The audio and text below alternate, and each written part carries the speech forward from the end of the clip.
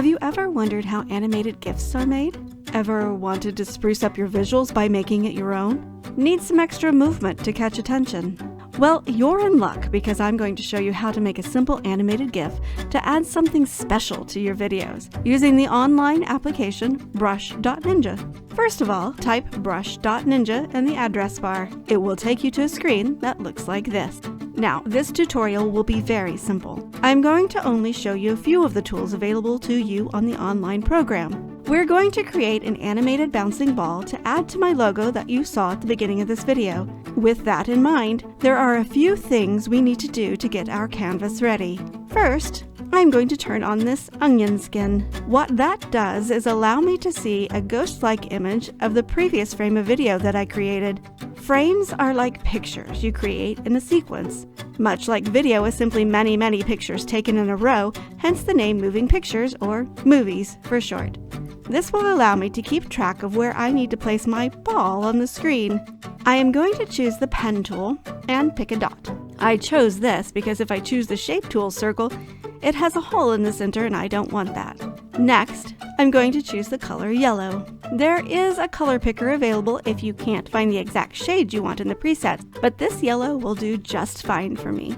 Next, I'm going to change the size of my circle by clicking one of these presets. I don't want anything too small to see easily. Then, I will place my first circle on this frame. There, easy enough, right? Well, now I get to do this many more times. I've used this frame, so I need a new one.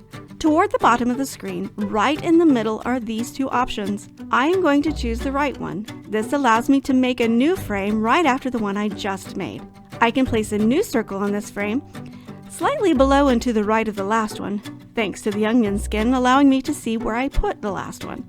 Then I do it many more times. Phew, not finished yet.